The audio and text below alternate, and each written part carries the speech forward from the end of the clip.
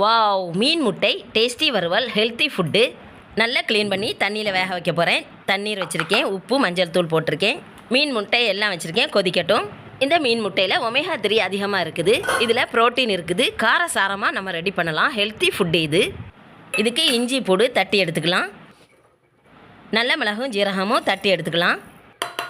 இந்த மாதிரி மசாலா போட்டிங்கன்னா அதிக ஃப்ளேவராக இருக்கும். வேக வச்ச மீன் முட்டை எல்லாம் கூல் ஆகிட்டுது. கூல் ஆனதும் இந்த மாதிரி சின்ன சின்னதாக கட் பண்ணுதேன். கடுகு கர்லீஃப் போட்டு தாளித்ததும் இஞ்சி பூண்டு வைக்குதேன். வெங்காயம் பச்சை மிளகாய் சின்ன சின்னதாக கட் பண்ணி போடுதேன். இது கிளாஸி ஆனதும் மசாலா எல்லாம் போடலாம்.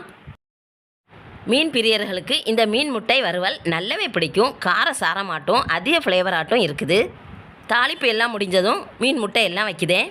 வெங்காயம் மசாலா கூட இந்த மீன் முட்டை நல்ல பிறண்டு வரட்டும். இந்த டைமில் தட்டி வச்சுருக்கக்கூடிய நல்ல மிளகு சீரகம் வைக்குதேன். உப்பு கறி லீஃப் வச்சதும் அடடடடா டேஸ்ட்டோ படு சூப்பர்.